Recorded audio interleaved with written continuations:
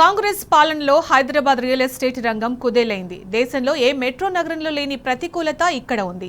నిరుడితో పోల్చితే 47% ఇళ్ల అమ్మకం తగ్గిపోయిందని ప్రాప్ ఈక్విటీ సంస్థ సర్వేలో వెల్లడైంది. దీనికే ప్రభుత్వ వైఖరి కారణమంటూ ఎమ్మెల్యేలు వివేకానంద, అక్బరుద్దీన్ ఓవైసీ అసెంబ్లీలో మండిపడ్డారు.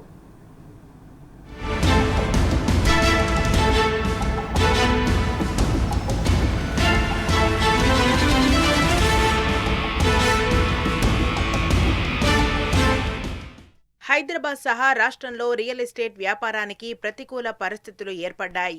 ఏడాదిన్నర కాలం దాకా దేశంలోనే ఇతర మెట్రో నగరాలను వెనక్కి నెట్టి రియల్ రంగంలో దూసుకుపోయిన హైదరాబాద్ మార్కెట్ ఇప్పుడు వేగంగా పడిపోతున్నది. రాష్ట్రం ఆవిర్భావం అనంతరం అభివృద్ధి చెందుతూ రాగా కాంగ్రెస్ అధికారంలోకి వచ్చిన నాటి నుంచి తీవ్ర నష్టాలను చవిచూస్తున్నది. గడిచిన ఏడాదిన్నర కాలంగా నగరంలో జరిగిన క్రయ విక్రయాలు, లీజ్ లావాదేవీలను పరిగణలోకి తీసుకుని తాజాగా ప్రాప్ ఈక్విటీ సంస్థ ఇదే విషయాన్ని కుండబద్దలు కొట్టింది. హైదరాబాద్ రియల్ ఎస్టేట్ రంగంలోని వాస్తవ పరిస్థితులను వెలుగులోకి తీసుకొస్తూ పలు అంశాలతో నివేదికను విడుదల చేసింది.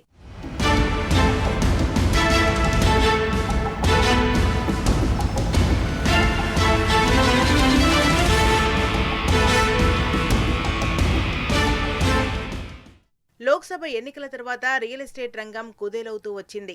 ఇప్పుడు మరింత ఊబిలోకి కూరుకుపోయింది. కొన్ని నెలల కిందట వచ్చిన సర్వేలో గరిష్టంగా మునుపటితో పోలిస్తే 22% క్రయ విక్రయాలు తగ్గినట్టుగా తేలింది.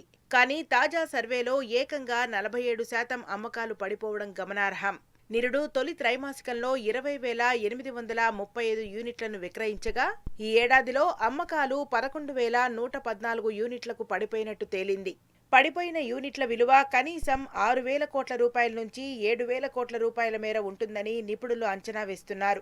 స్టాంపులు, రిజిస్ట్రేషన్ల శాఖకు ఏటా వచ్చే ఆదాయాన్ని చూస్తే నిరుడు కంటే దాదాపు 6,000 కోట్ల రూపాయలకు పైగా తగ్గడం ఈ సర్వేకు అద్దం పట్టేలా ఉన్నది.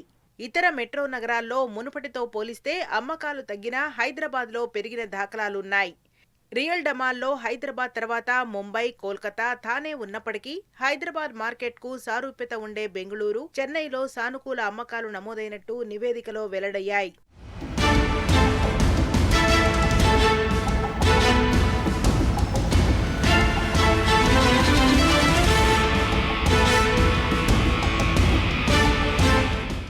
హైడ్రా పుణ్యమా అని హైదరాబాద్ పరిధిలో రియల్ ఎస్టేట్ కుదేలైందని బీఆర్ఎస్ ఎమ్మెల్యే కేపీ వివేకానంద విమర్శించారు. హైడ్రాతో నగర ప్రజలతో పాటు బిల్డర్లు తీవ్ర నష్టాల పాలై ఏకంగా